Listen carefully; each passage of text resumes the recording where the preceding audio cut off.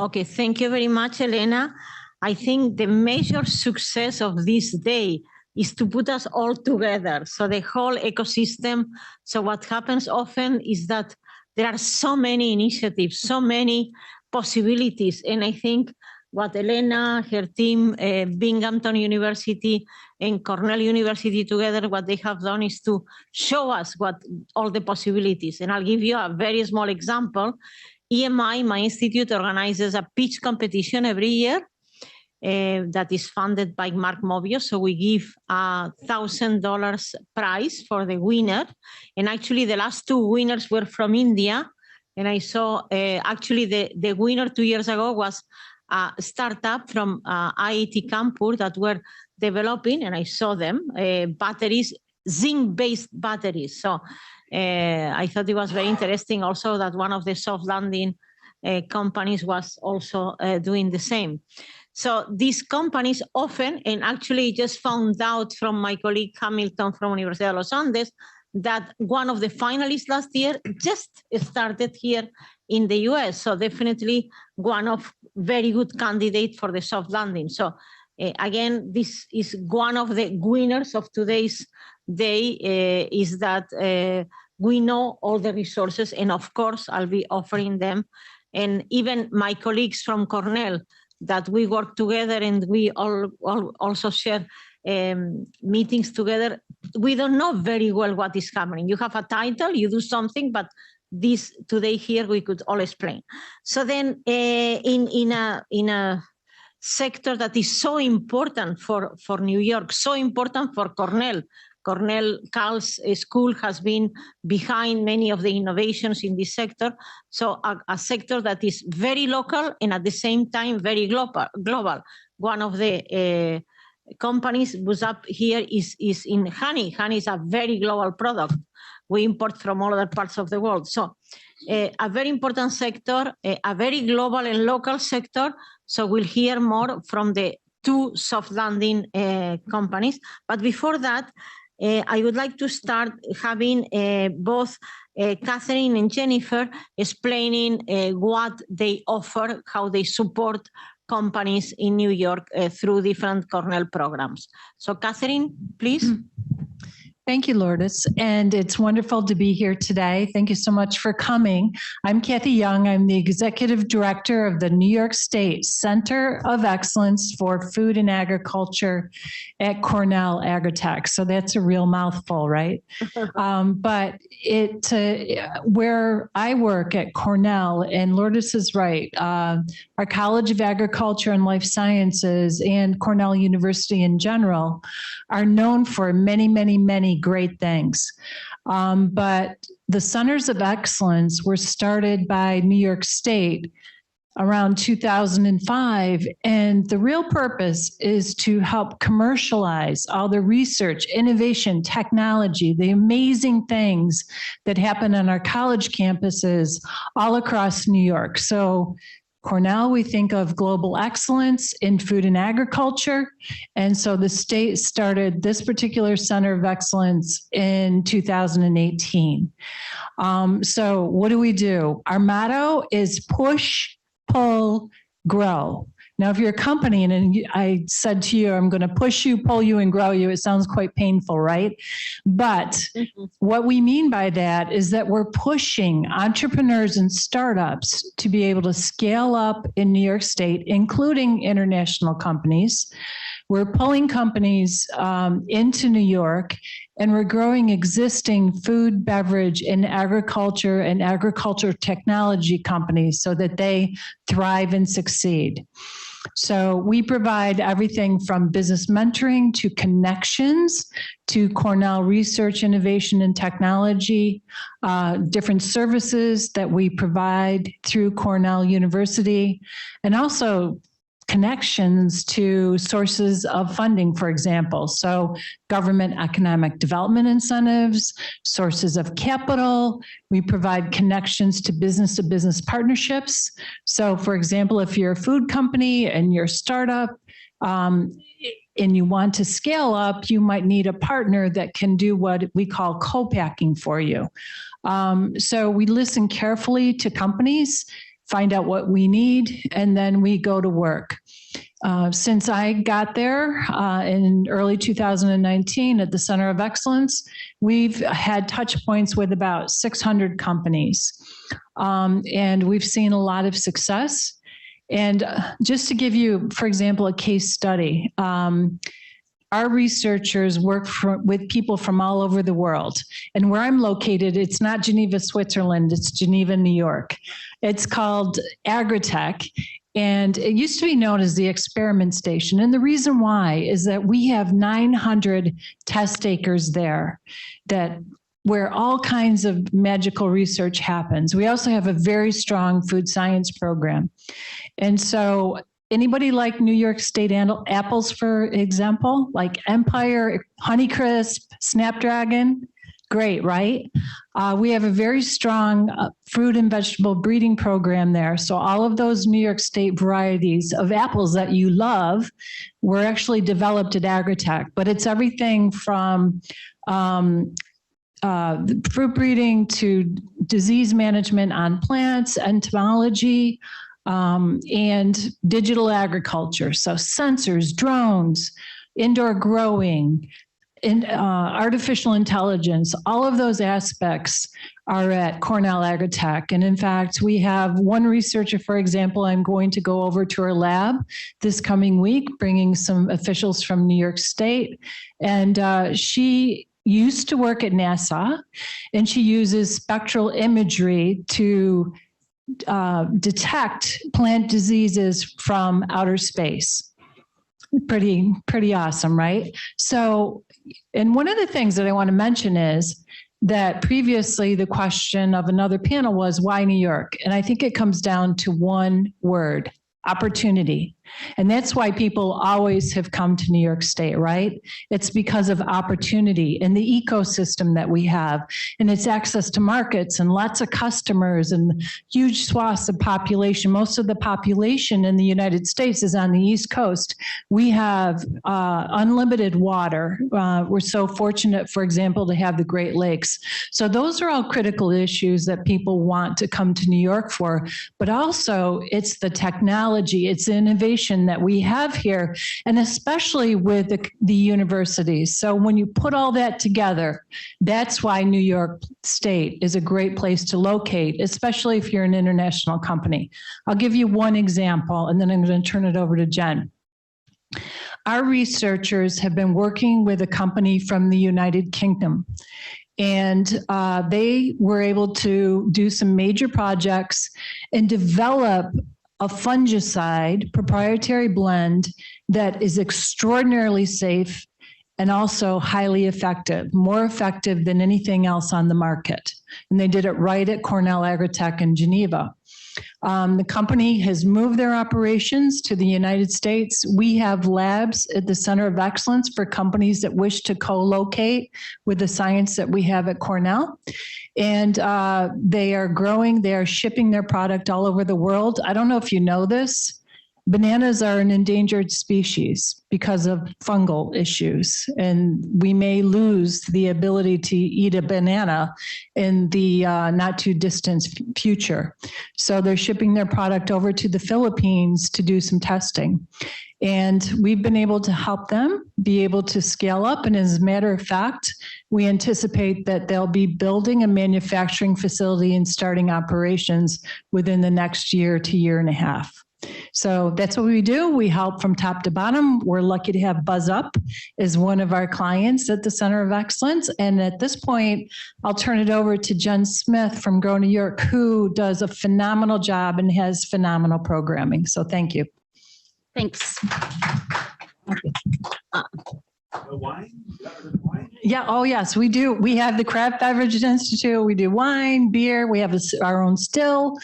We work with distilleries. We work with craft breweries. We work with hard seltzer companies. So we also have that ability too. So we're worth a visit. Thank you, Jen. Great, thanks.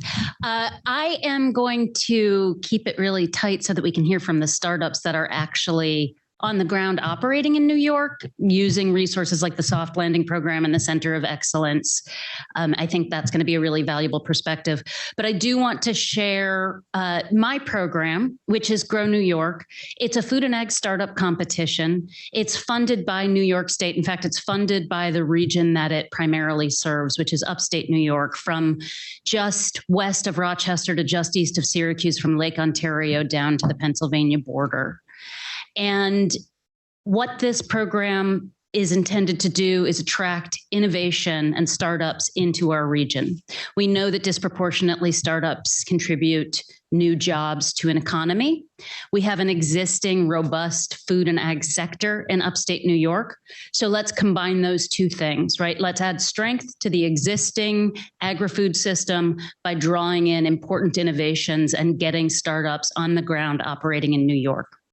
So we've been running this program for 4 years. We're actually right now in the period of applications being open. They're open until June 15th.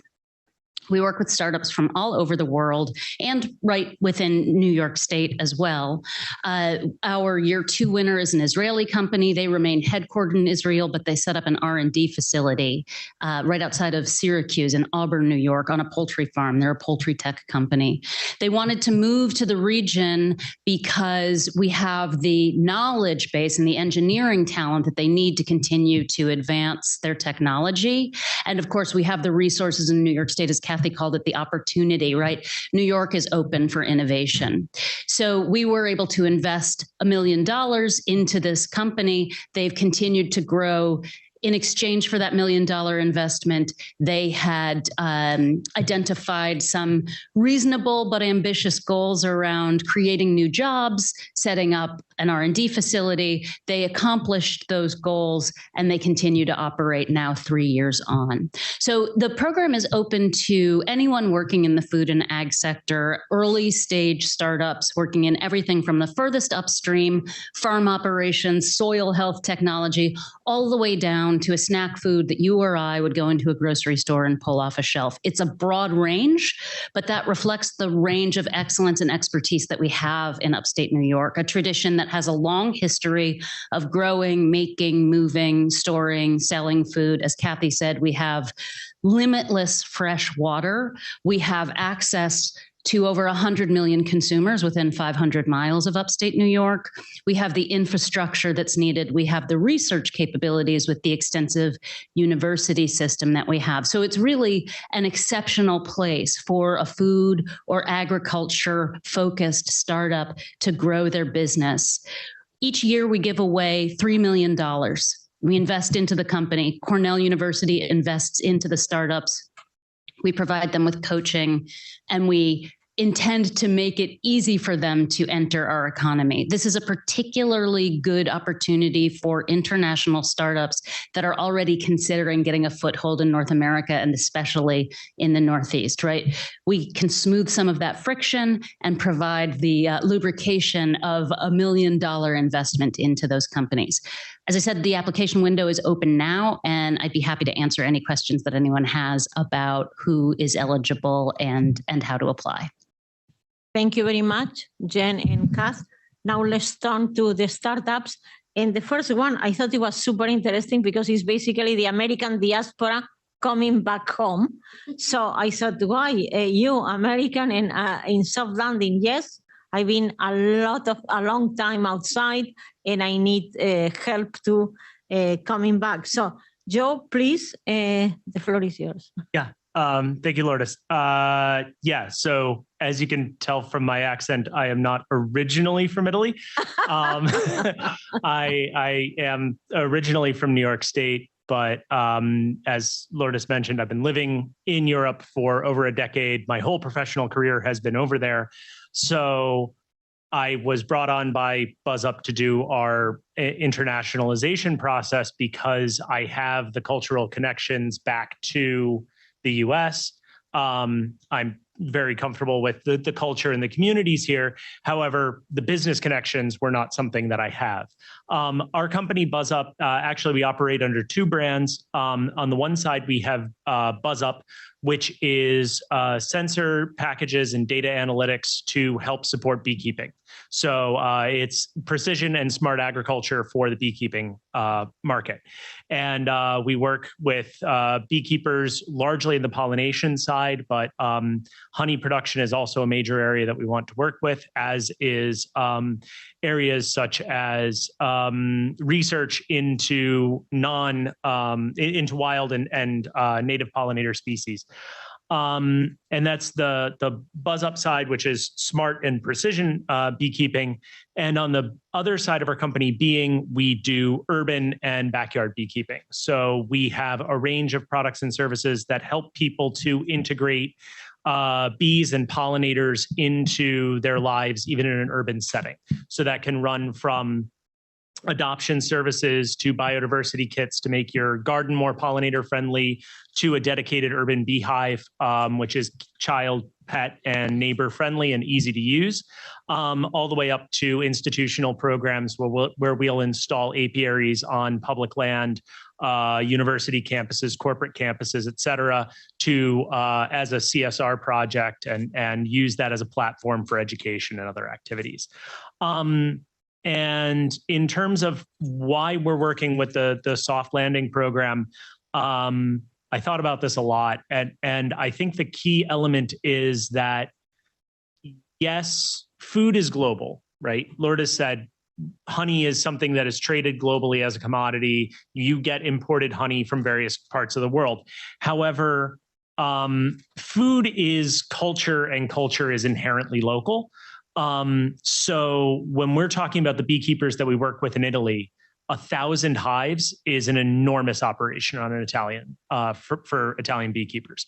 Italian beekeepers structure themselves that they are providing honey pretty much exclusively to their local area through small markets. Another area that we work in is the Netherlands. There, honeybees are not a primary area that they want to work with. There, most of the agriculture is indoor vertical farming. So we need to be transferring our knowledge from honeybees to bumblebees, because that's the pollinator that can be used in an indoor setting. We come over to the US, and all of a sudden we're dealing, 1,000 hives is a hobby. It's a game in the US. It's somebody who's retired and wants to keep a couple bees on the side. We have people that run 30,000 beehives, 60,000 beehives in the United States. Numbers of hives that are just unimaginable in the US and the European market, Western European market. When you get out into Ukraine and Central and Eastern Europe, there are large groups, but Western Europe is different. So that's a total adaptation of the way that we're doing business, right? To say nothing of regulatory compliance, access to subsidies, markets, research institutions, all of that. The whole culture of the customers that we're working with is totally structurally different. And the soft landing programs are tremendous in terms of access to that. And then also, speaking, because we're here with several esteemed colleagues from Cornell, our company is associated with the University of Bologna, and we've worked with Cattolica Milano and several other institutions in Europe, which are very well known. The Europeans in the room certainly know Bologna, probably also know Cattolica Milano, but in the US, they're not known at all, basically.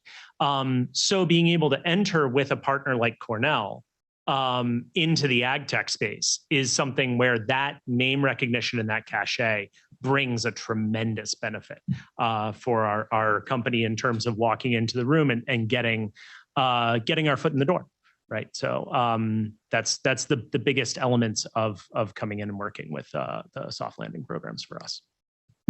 Thank you very much. Let's move now to Alessandro. Again, another very global agricultural product, oil. Actually, I'm from Spain, and Italians import Spanish oil, and they bottle and then sell it as Italian in the US. So in your case, you are from Greece, so no rivalry with my country, Spain. So some, I'm sure. We can have a three-sided rivalry there. Olive oil, yeah. I brought up Liguria and he flinched earlier. Yeah. Anything else? and also with tremendous implications, because as you may know, Ukraine used to produce like 40% of all the sunflower oil in the world. So politics, the war, so a lot going on with olive oil. So Alessandro, why soft landing? And if you can say a few words about your company. Thank you. We are competitors. My cousin has a company selling the same. However, Greece is actually number 3. So we have not done a very good job marketing our brand. My story is a little different because in 2 ways. Number one is that I was already, although I am born and raised in Greece, I came to the US in 2009, and I ended up staying here because of the opportunities. As Catherine said, New York is the place to be. Everything is literally created here, to be honest. And as Frank Sinatra said, if you can make it here, you can make it anywhere. Our brand is the most exclusive olive oil in the world right now. And I will tell you why. We seek to not only collect the most high quality certified organic olive oil that a lot of people make that claim, but our packaging is very unique. It's fully sustainable, and it's actually the only 100% handmade olive oil bottle in the world. So if you think about luxury as an industry, it has now infiltrated pretty much every other industry in the world. We have seen this in the fashion industry. We have seen this in the specialty food industry, in the tequila industry with Clase Azul.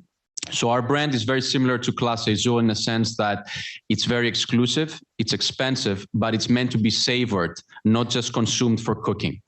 Olive oil as an industry, it's only about $13 billion globally. It's a very small, tiny industry. But what we did, and with the help of the soft landing program, we wanted to bring the company here in the US. I bought the company. I have a holding company based in New York City, and we acquire luxury brands. So we found out about this opportunity 2 years ago in the middle of the pandemic because the brand was tiny. It was still in the startup phase, but the people didn't have connections. They also did not have the right capital to bring it to global markets like New York. It was very local. So when we did that, and through the soft landing program and the hotel school in Cornell, we had the opportunity to not only be in the midst of general managers of different high-end hotels, which is our number one customer actually, but most importantly, help us navigate the hospitality industry, if you will, within the United States and New York specifically. So through that, we were very grateful to have been part of this program. We graduated, if you quote unquote, at the end of December. So we were in the fall program. And just in general, the soft landing program, not only curriculum wise, creates tremendous values for startups, especially overseas, but also with the right connections. And I think we joined at the time where, I believe, Elena, correct me if I'm wrong, that you just launched the partnership with Cornell. I think it was the first semester that we were part of that you did the partnership with Cornell. So I consider myself and our brand very, very lucky to have been part of this program. And honestly, for any startups that are overseas and they're looking to get into the US, I tell the same advice to my peers in Greece or anybody who has emigrated here or is looking to emigrate. Literally, the first step is the most important and the most difficult. The rest, you crawl before you can walk, but one person will lead you to the next.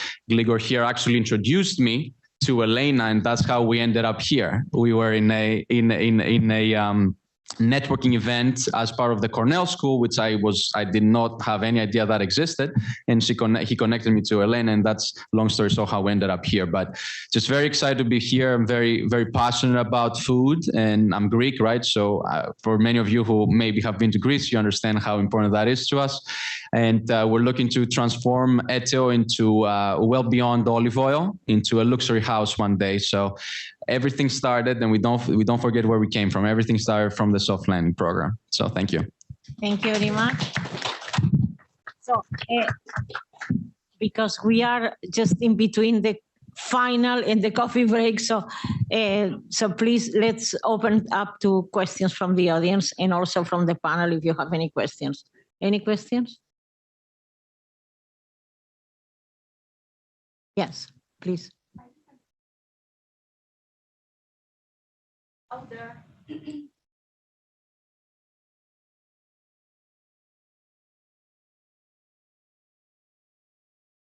It's their day, it's like Italian background. Oil is not just for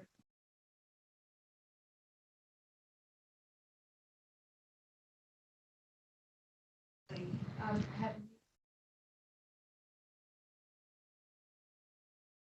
Absolutely. The first order of business when I acquired the brand was two things. Number one, I discontinued any partnerships with supermarkets, gourmets, because a luxury brand cannot be there. Unfortunately, that's the truth. And my second order of business was to seek partnerships in different markets, well outside the food industry in general.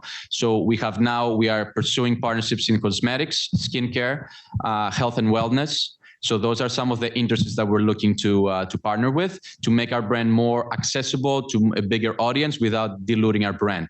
Because that's the problem that a lot of luxury brands face, is that it's difficult for them to scale. And what they do is they open up their doors to everybody, and that makes their product not as exclusive as they make it sound. And that's eventually brings out the fall, if you will, of that particular brand. So to answer your question, yes. Okay, maybe a follow-up question to Joe. What about you? Because honey has become a commodity.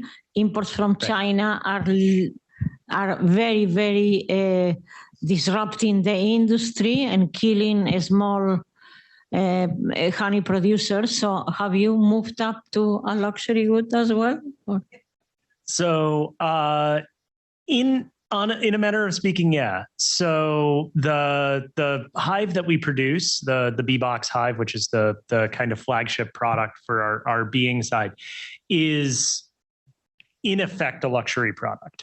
So it is not primarily that specific product is not primarily designed for commercial application. It's not designed to let people produce honey at scale. It's really a lifestyle product where people want to have a statement piece for a backyard. They want to be able to keep bees as a hobby in a safe, contained way, and as a showcase piece for honey producers. So absolutely, that does end up being kind of a lifestyle element for that product. And as I said, because of the price point that it's at, it's not something that you can deploy at scale. It's not something that can be used by a commercial level beekeeper. It's something that is much more about showing the dedication to the environment, bringing pollinators into your space, and having the ability to. I mean, one of the images that we have that's an absolutely delightful image is you can be having a backyard barbecue, walk over to your beehive, pull a lever, and take for your dessert, take a piece of honeycomb directly out of the hive and put it on your guest's plate. And that's definitely something where that element of what we do does step over into that kind of luxury lifestyle space.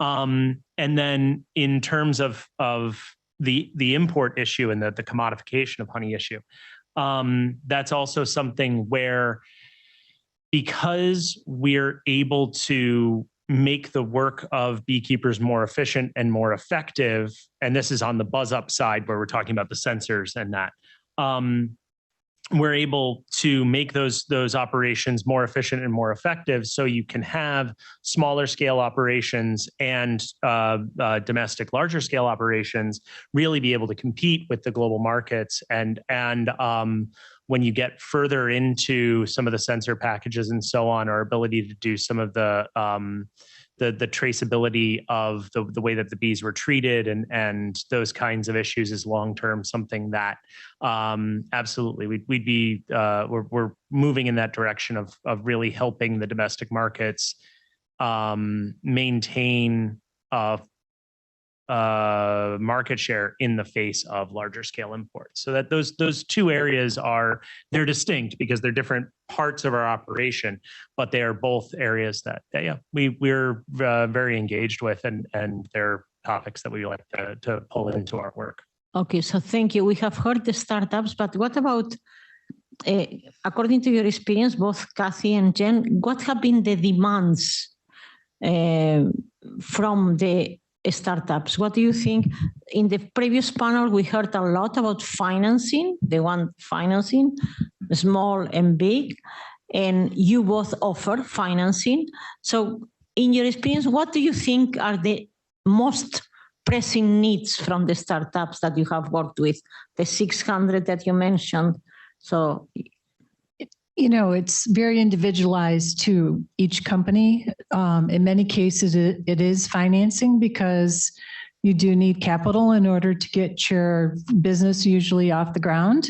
But it's also a lot of demand for just business know-how. We work with companies and, you know, you need a business plan, you need to have a pitch deck if you're going to investors, you need to you know, think about your operations. On top of it, there's a lot of demand for connections with Cornell research, innovation, and technology, the different services that we have. So many of the companies, for example, that we work with are in the ag tech field, but many are in the food and beverage field. And so we have a very large pilot plant in Geneva, and it has every kind of food manufacturing equipment you can dream of. And a lot of it is on wheels, so you can move it around the plant, set up different production lines so that companies can come in and do the product development and try out different techniques for processing or manufacturing their products. When these startups especially walk into the pilot plant, it's like they're in Disney World. It's like, you know, we had some people in this past week, one from an appliance manufacturer that they wanted to stay and play around with the different pieces of equipment. Another, we had the kitchen food tech from Israel in, and we're looking to set up some collaborations with them. They're a very famous food tech organization in Israel, and but so many startups come in and we help them. We also have cutting edge techniques. So one area in food development that is really, I believe, going to continue to develop in a big way has to do with fermentation, and we call it fermentation farming. So using fermentation techniques to grow, for example, alternative proteins from plants, or biopharmaceuticals, or bioplastics. There's all kinds of applications for using fermentation. So we're in the process right now. We're very excited to set up a fermentation farming lab right in Geneva. It'll be headed by Dr. Bruno Xavier from our food science program. Already we have international companies that are interested in working with us, but also some startups that have some really great ideas. So what I would say to you, if you're ever upstate, I would advise you come to Geneva and see us because it's truly an amazing place. thank you, Jen. Anything to add to what Kathy just said? I've seen it. I can confirm. Very cool space. Thank you. So if startups have been accepted into our cohort, we work with 20 startups a year, and then they live pitch and we select down to the group of 7 that we invest in. If they've made it into that cohort of 20 finalists, they're early stage, but they're ready to scale and they have high growth potential. So I'm working with a very specific kind of startup, food and ag, early stage, ready to scale. Those startups, the international startups that are members of our cohort, they need help with, generally speaking, they need help with hiring, with understanding what the job market is like in the US, what the process is of creating a job rec, hiring in, dealing with local and federal regulations around employment. That's a really baffling piece for startups that are already located here and originate from the States. And for those that are coming from further afield, it's an even greater challenge. So that's something that our program can support, Kathy's program can support, and Soft Landings can support. I think that that's a real unique value that we offer. Yeah, in your case, what is the percentage of international versus local in the? Yeah. So as I said, last year we received 390 applications. We screened down to a group of 20 finalists. Of those, generally speaking, about 40% are from outside of New York State, and of that, half are international.